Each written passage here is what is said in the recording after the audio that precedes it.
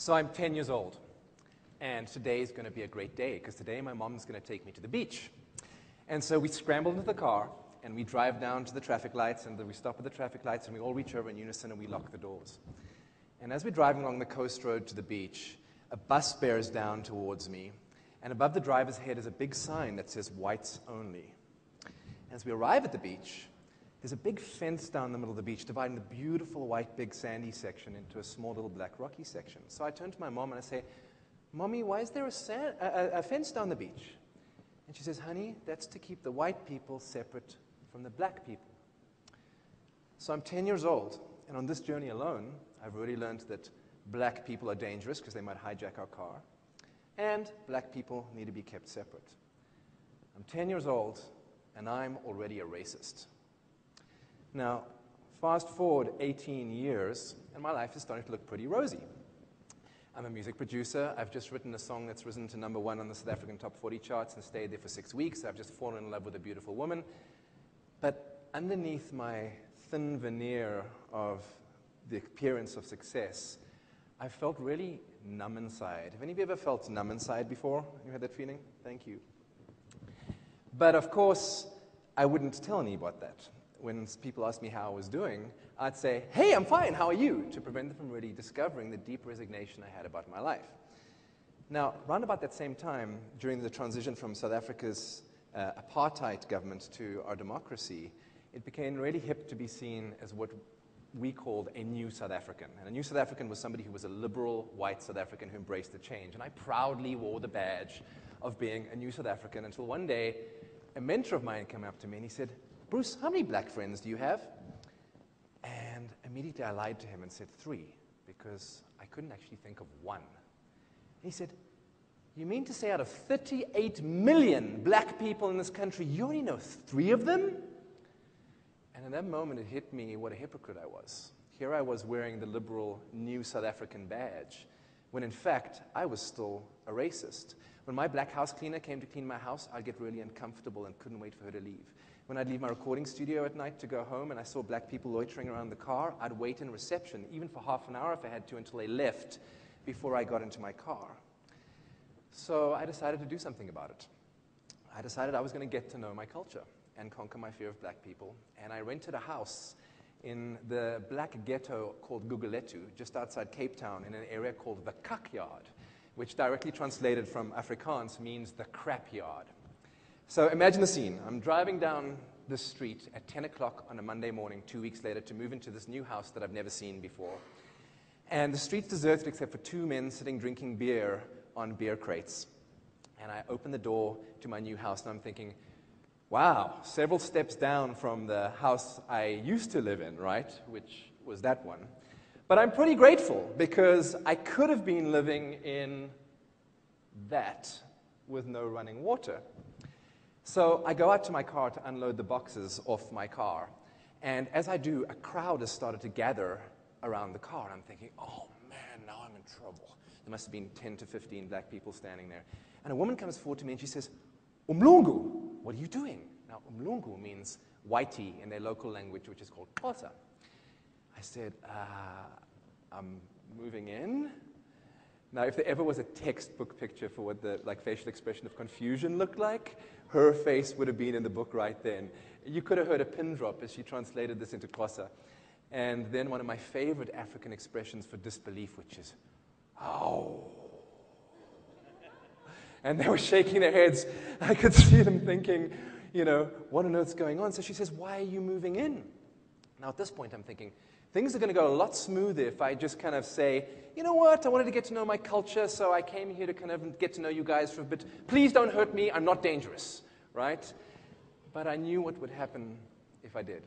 I would never conquer my fear of black people, and I'd always be that hypocrite pretending to be a liberal new South African. So I took a deep breath, and I said, well, I recently discovered I'm a racist, and I'm terrified of black people. And I've come here to conquer my fear. Total looks of disbelief all around. And more, "Ow." I can see them thinking why this crazy white guy would A, even visit the cuck yard, B, rent a dilapidated house as the only white guy for 5 miles, and then C, admit he was a racist. To be honest, I was kind of asking myself the same question. So the woman comes forward and she says, Umlungu, can we help you carry your boxes into the house? And I'm thinking, oh no, they're going to steal everything I own. If I say no, they're going to be offended, and they might get upset, reject me from the community, maybe even kill me. But in that moment, I caught my racial conditioning. This was the exact thing I'd come to conquer and to get past. So I said, sure, why not? So one by one, they take the boxes off my car, load them into the house. Nothing, of course, gets stolen. Instead, a party ensues like nothing I have ever experienced before.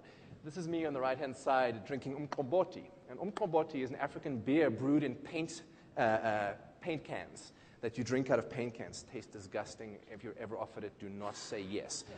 But this party ensued like none I'd ever experienced. I was hugged, I was kissed, I was questioned, I was fed, I was poured alcohol, and generally treated like a prodigal son returning home. The exact opposite experience of what I'd been expecting. And that evening, I went to bed a little tired and a little drunk, but I couldn't sleep because I was kept awake by the sound of gunshots and the sound of police sirens and the sound of screams from the house next door. And I fully expected in every moment that somebody was going to beat down my door, steal everything I owned, put a gun to my head, and pull the trigger. I woke up the next morning, and obviously that hadn't happened. So I went outside and did what everybody else did, which is go and take breakfast onto the street and eat on the street, because in the cuck yard, everything happens on the street. And as I'm eating, a little boy walks up to me with a backpack on his back on his way to school, and he walks up to me, and as he sees me, he stops dead in his tracks. He looks up and he says, Mlungu, you live here. I just kind of nod my head and wait to see what he does, and then he looks down at his feet again, and he says 2 words I'll never forget. He looks up at me, he says, welcome home. And in that moment, 28 years of racial conditioning evaporated and took my numbness and resignation with it. And then he walked off. That's him. After a month, I couldn't leave. I ended up staying 6 months as the only white man for 5 miles amongst 100,000 black people in the cuck yard. And my life changed forever. Did my depression and my numbness disappearing have anything to do with being a racist? Who knows? But what I do know for sure is that when I started sharing the truth about who I really am, I could no longer present the mask to the world called, hey, I'm fine, and the numbness had nowhere to live anymore. And today, I've flown to Las Vegas to share with you what I've learned over the last 9 years about what it takes to live a life filled with aliveness. So I'd like you to join me in taking a deep breath for a moment. And out. Thank you. So let's look at this concept of aliveness. I want you to consider that every one of us in this room right now, in this moment, has something we're hiding about who we are, what we've done, or how we feel, a secret that perhaps we're too afraid to tell. For me, 9 years ago, it was being a racist. For a friend of mine last week, she called me up and said she'd kissed another man and she hasn't told her boyfriend yet. And for you, it might be something completely different, big or small. But whatever it is, if I've learned one thing, it's that the secrets we hide have a devastating impact on our life. When we hide secrets, we're forced to lie about who we are, and we present ourselves to the world as something that we're not. And when we do that for long enough, we lose touch with who we actually authentically are. And the aliveness that we once felt as children gets replaced by numbness. Imagine you've got a hose pipe that's twisted and you're trying to water a garden. No water comes out. If you don't untwist the hose pipe, the garden eventually wilts and dies, right? Now, your secrets act like a twist in the hose pipe that allows aliveness to flow through your life. And unless we untwist the hose pipe by exposing ourselves and sharing our secrets, we'll always live with some form of a garden that's wilting, some form of numbness. So let's look at aliveness a little bit deeper. If you think about it, if we were born to live, L-I-V-E, then surely being alive, A-L-I-V-E, is what it's all about, right? The dictionary defines aliveness as having life, living, not dead or lifeless. It's that feeling you get when you go up to somebody you really, really, really like and you ask them out on a first date. How many of you guys know that feeling? Right? Heart beating like crazy. It's that feeling you get when you do an extreme sport or when you take a risk or you do something that scares the living crap out of you, right? It's that feeling that most people are attempting to buy when they come to Las Vegas to gamble money in the casino. That temporary rush of aliveness. So if we're born with this innate ability to experience being alive, how come we don't experience it all the time? Because we've become so good at looking outside of ourselves to get our fix of aliveness that we've forgotten we can self-generate it in any moment. We look for it from TV. We look to get it from the internet, from extreme sports, from sex, from drugs, from rock and roll, whatever it is. And as long as we're looking outside of ourselves to get our fix of aliveness, it's always going to be fleeting. Here 1 second, gone the next. Joseph Campbell actually says it a lot better than I can. He says, we're so engaged in doing things to achieve purposes of outer value that we forget the inner value. The rapture that's associated with being alive is what it's all about. So I want to share with you a story. I got an email from a man recently. And he writes to me, I've written it down on this little piece of paper because I was never going to remember it. He writes to me, he says, Bruce, I've been married for 23 years, and I've not made love to my wife in the last 18 years. He says, we have the outward appearance of a perfect marriage, but I'm riddled with inner turmoil. I respect my wife, but I'm too afraid to hurt her, so I continue in the marriage but feel like a fraud. I've never been faithful, and I think I'm addicted to falling in love. He's talking about that feeling of being alive he's addicted to. I often think of suicide as my way out of my marriage. I realize I've pretty much lived a sham throughout my entire life for fear of being judged. Please help me. Now here's a smart, aware man willing to consider suicide before he's actually willing to reveal his secret. And I think his story really illustrates how as society we become so conditioned not to own up to who we are and to what we've done for fear of being judged. And I could really relate to him because in my marriage, I cheated on my wife for 3 years. And for 3 years, I never told her, something I'm not particularly proud of. At the end of the marriage, I actually came clean and took responsibility for what I'd done. We got divorced. And I believe one of the only reasons we're still very, very close friends today is because I shared my secret and I told the truth. But in John's case, he was unwilling to share his secret. He was too terrified of the consequences of sharing a secret. But the irony is that very often the consequences of keeping our secrets to ourselves are far outweigh the consequences of actually sharing our secret. In John's case, the consequences of keeping a secret, it was having him want to commit suicide, right? In my case, I could have never predicted that a week after I shared with my wife I'd been cheating on her for 3 years, she met the man of her dreams and is still with him today. I could never predicted that 5 weeks later, I would end up fulfilling a childhood dream and moving to an island in the Caribbean, where I live today. My point is, well, I reached out to John, firstly, and I said to him, look, I'm willing to support you. I'm willing to give you some coaching for free for as long as it takes if you're willing to go to your wife and share with her what you've done. Because when we share our truth with others, we empower them to find their own peace. And I never heard from John again. The lesson here is that, like anything worth having, self-liberation comes at a price. And the price is getting out of your comfort zone. And the thing that's going to stop you from getting out of your comfort zone and experiencing the freedom and the rapture of being alive that Joseph Campbell talks about is telling yourself, but I don't have any secrets I'm hiding, right? And maybe you don't. Maybe you are one of the few people who's totally transparent and transformed, and there may be a few in the room. But I'd like you to consider this. Professor of psychology at University of Massachusetts, his name's Robert Feldman. He's an expert in deception, and his research shows that when two people meet each other for the first time, they lie on average 3 times every 10 minutes. So if at times we're lying 18 times an hour, I invite you to consider that perhaps we're all liars to some degree, and we all have secrets, and the best we can do is not to try and stop lying. The best we can do, if we're all liars, is to tell the truth about where we've lied and openly and honestly take responsibility for what we've done. So I'd like to tell you the truth. Right now, the secret I'm hiding from you is I'm really terrified of giving this talk. I really want you to like me. I want to impress you. I have mentors in this audience who I deeply want to impress. I want to have this talk on TED.com. And secretly, I'm hoping that the speakers that are following me are quaking in their boots right now, thinking, how am I ever going to follow Bruce's talk? Yeah, I'm a jerk.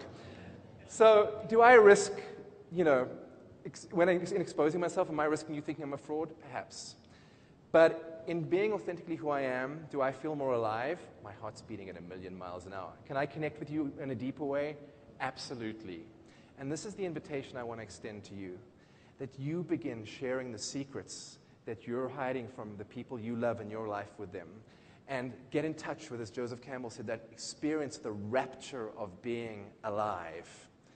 I saw this happen in South Africa in 1996 during the Truth and Reconciliation Commission.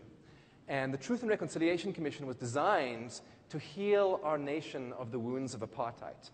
And victims of gross, acts of human violence were invited to come up in this kind of roadshow format where they took it around the country and share what had actually happened to them, share their stories, and share these beautiful and touching and moving and often horrendously violent stories. And they were televised.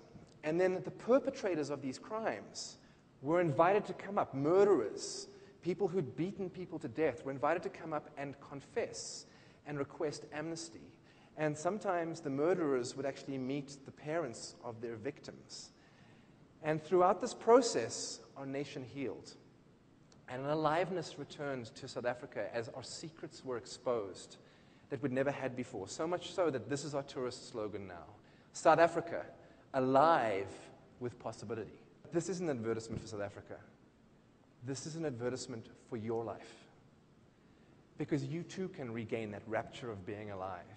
You too can hold your own Truth and Reconciliation Commission in your own life.